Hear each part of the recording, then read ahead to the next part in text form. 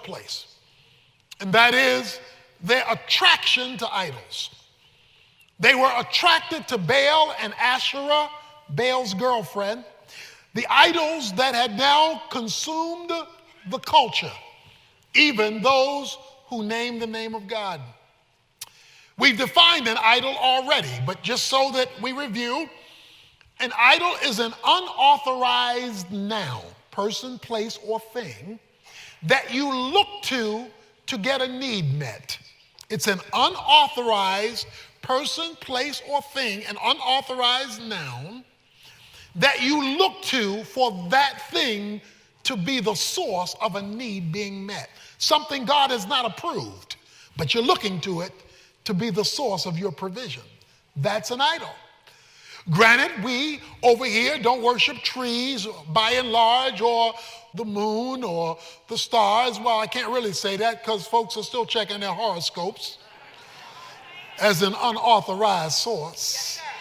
Because the Bible says when you check astrology to find your source and your direction based on the movement of the stars or the month you were born or any of the like, you have appealed to an unauthorized source to be the definition of your needs being met and the definition of your identity. So that is idolatry. So you may not do any of the things people may do. You just have an American idol. You just look at what's happening in the culture and you gravitate to that, whether it's people or power or possessions or whether it's prestige, whatever it is, you are looking to that thing as the source of your provision. Now, when you understand that is the biblical definition of idolatry, then you understand that you can be right here, right now, today, and be an idol worshiper. Because while you're sitting in church, God is not your source. He's a point of reference, but he's not your source. And so we have seen some of the supernatural activity of Elijah, and we've tried to say this transfers over to you today. The principle of God's supernatural work that we're discovering in his life relates to your life. We come in chapter 18, and we come to a place where now the prophet Elijah confronts King Ahab.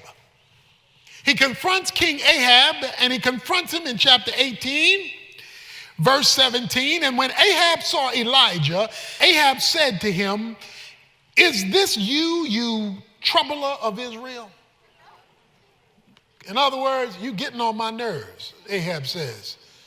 "Is this you, Elijah, you bringing all this trouble to Israel?" Elijah responds in verse 18, "I have not troubled Israel, but you and your father's house have, because you have forsaken the commandment of the Lord and you have followed the Baals."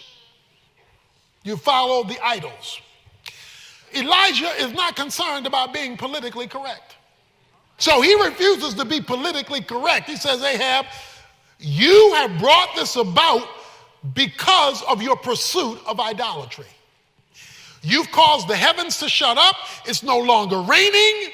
The culture's in trouble because you have pursued another god." One of the reasons you're seeing all of this chaos around us, even in our culture and in our country, is because we have forsaken the Lord our God. And what you and I are experiencing today is God saying, "You don't want me? Let me get out of the way and let me show you life without me." And so you have the consequence of the removal of God. God is being removed from government. God is being removed from schools. God is being removed from the biblical definition of marriage. God is being removed from the civics.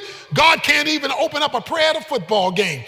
When God is being removed from the culture, that means idolatry has automatically set in, which means there are consequences that accrue in the environment where God has been removed. And that is what was happening in Israel. They're experiencing life without the one true God. So Elijah says, "Now send and gather them."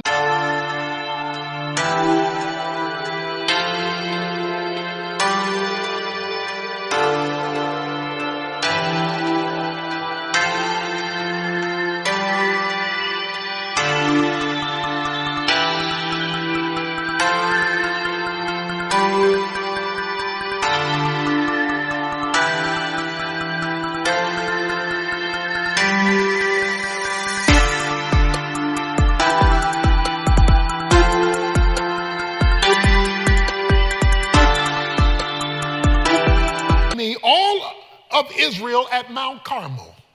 Verse 19, together with 450 prophets of Baal and 400 prophets of Asherah, that's 850, who eat at Jezebel's table.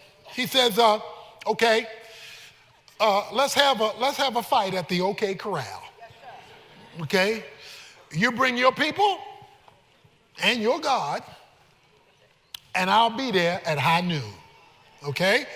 Okay. Let's settle this once and for all. Let's don't confuse people. Let's put this thing out on the table. So Ahab says, okay, you got a deal. Let's go for it. So Ahab sent, verse 20, a message among all the sons of Israel and brought the prophets together at Mount Carmel. Now watch this, because this is where we start. Verse 21. Elijah came near to all the people and said, how long will you hesitate between two opinions? If the Lord is God, follow him, but if Baal, follow him. But the people did not answer him a word. Oh. Elijah says, all right, folk, how long you gonna keep dancing? How long will you hesitate between two opinions? The word hesitate means vacillate. How long you gonna dance? This God on Sunday and another God on Monday. How long you gonna go back and forth? How long you gonna dance around this thing? How long you gonna move back and forth? How long are we gonna have to keep doing this? How long are you gonna have to keep hearing the same sermon every week, calling you to full commitment before you make one? See, a lot of folk want to worship God on Sunday and then hug an idol on Monday. He says, how long? How many more years? How many more months? How many more services? How long are you going to dance before you decide? That's his question.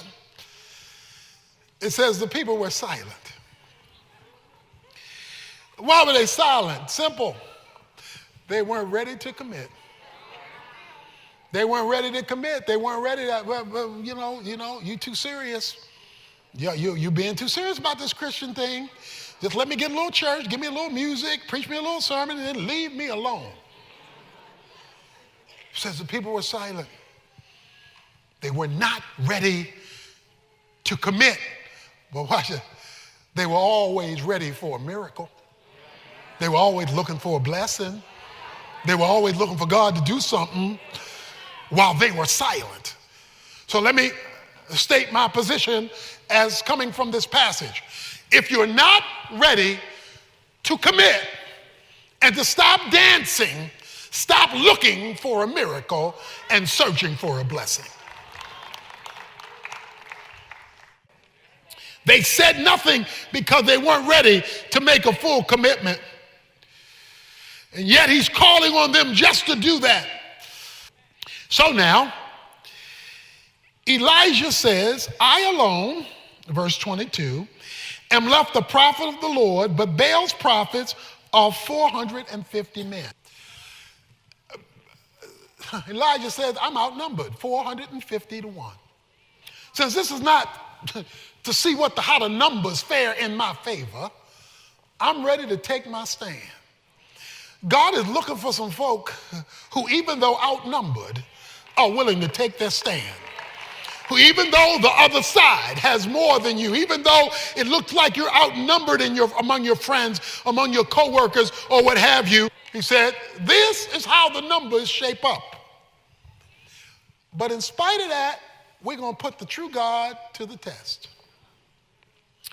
He says, why don't you bring, verse 23, 2 oxen, and let the 450 choose 1 oxen, and I'll take whichever one they don't choose, put it on the wood, put it on the altar, but don't put a fire under it. And then you 450, you call on the name of your God and tell your God, light the fire. Okay? Tell your God, be the Ohio players, fire. Tell your God to light it up. And then I'm going to call on my God. And let's see whose God is the God of fire. Now, unless you understand Baalism, you can't appreciate this, but Baal was the god of fire, the god of the sun. So you figure if Baal is in charge of the sun, he can light something up.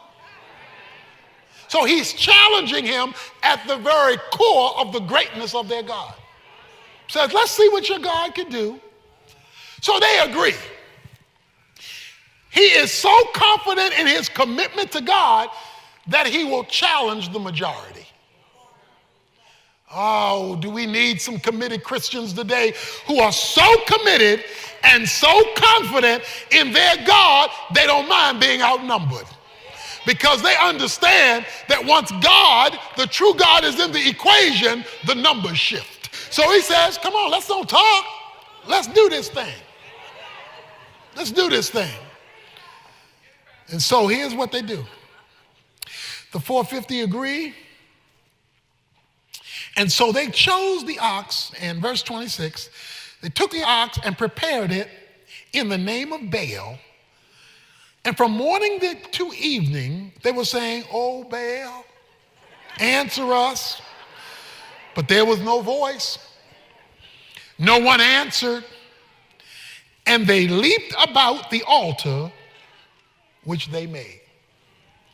So they're in there with their God. Oh Baal, let's have some fire. Light the altar. Oh Baal, oh great Baal. They jumping around the altar. They're getting their praise on around the idol. And it says, and nothing happened. And there was no voice.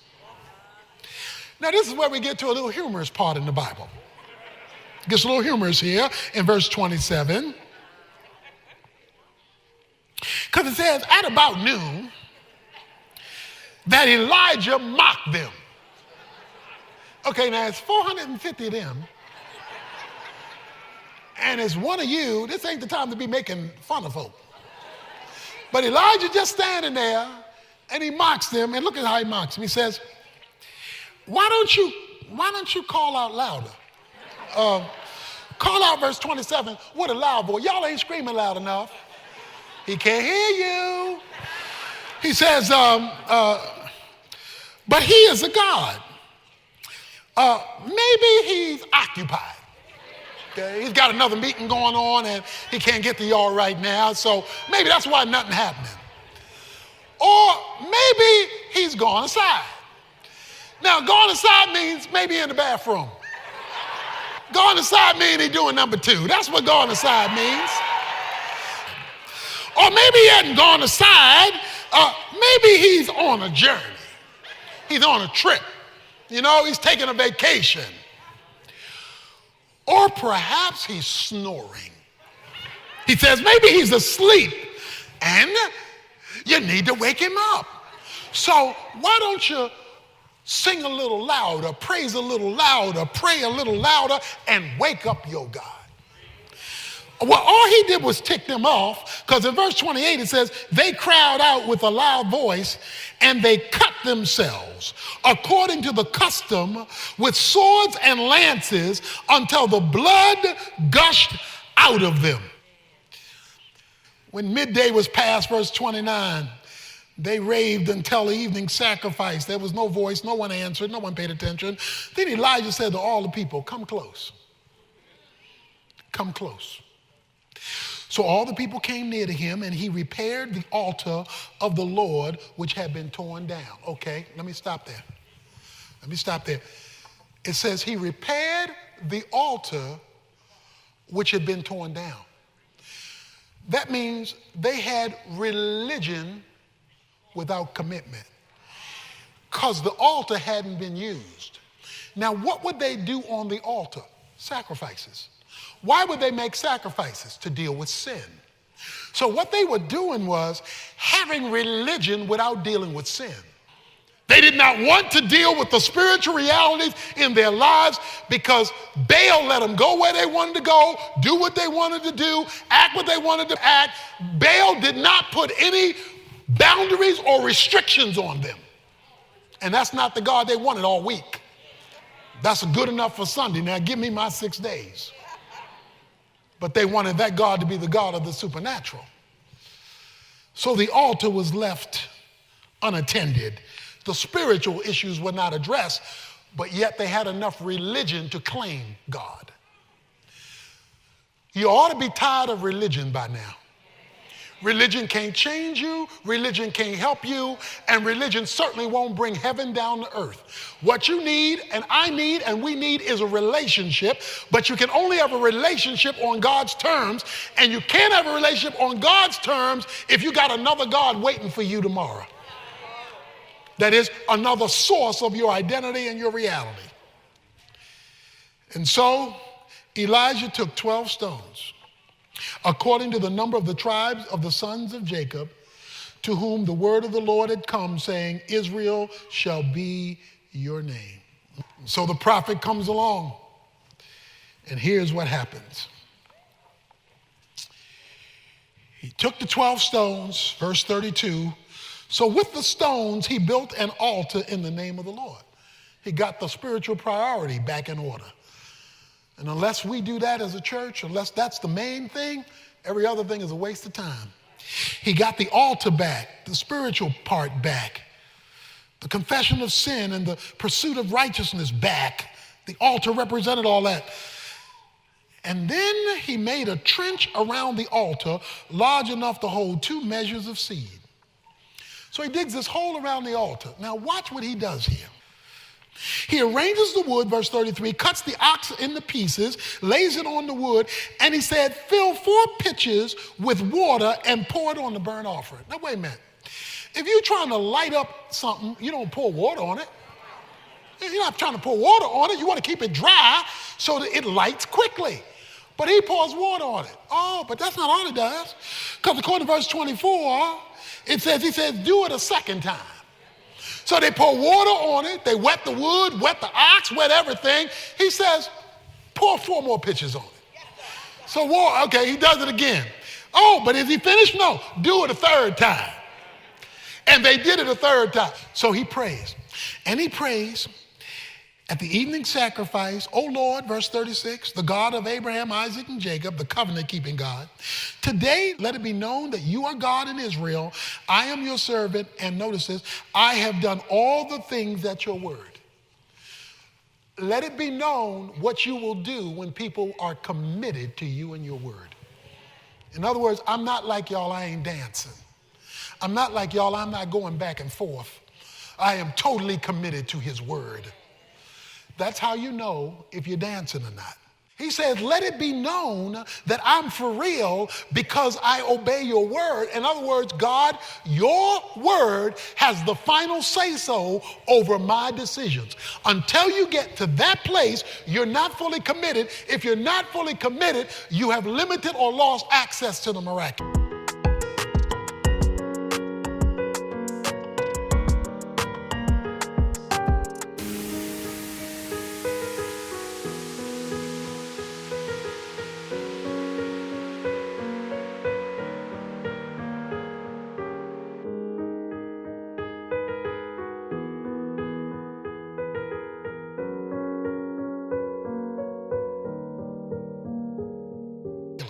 So he says, I have kept your word. Answer me, O Lord, verse 37, that this people may know that you, O Lord, are God, and that you have turned their hearts back again. And the fire of the Lord fell and consumed the burnt offering, the wood, the stones, the dust, and licked up the water in the trench. Now, this is one of the scenes I want to see on instant replay when I get to heaven. Because it not only said the fire fell, but it says it consumed the stones, the wood and the stone. But here's the part I like. It said it licked up the water around the trench. Oh, and when you see God show off and show out for you, when you see him do exceedingly abundantly above all you can ask or think, when you see, because you've rebuilt the altar of full commitment. He said he saw it. And then the people saw it. They fell on their faces and said, the Lord, he is God. The Lord, he is God. Does anybody here know what a hillbilly road bump is? A hillbilly road bump is an armadillo dead in the middle of a road. That's what's called a hillbilly, country people call it a hillbilly road bump, okay? Now let me explain. 500,000 armadillos every year are killed in the middle of the road. Every time I've seen an armadillo, it's on its back and its legs is sticking up in the air. Every time I see an armadillo, it's dead in the middle of the road. Because here's what they do. They start crossing the road. They stop in the middle of the road. They stop in the middle of the road with cars coming. They stopping in the middle of the road with cars coming, and they get run over. They get run over because they get comfortable in the middle of the road. Does God have any hillbilly road bump Christians in this place? Does God have any hillbilly road bump Christians? You come to church and you stay in the middle. You like Malcolm in the middle. You stay in the middle. You want to be able to step over here to the God of the Bible, but you want to stay over here to the world. You stay in the middle only to be run over by his glory when he moves down the center. But if he can ever get you to go all the way, heaven will open up. You will see heaven open, Jesus said. You will see the angels of God going up and down the Son of Man, and you will see what God can do because you've given him all you have. God is looking for some folk who gonna leave the middle and go all the way.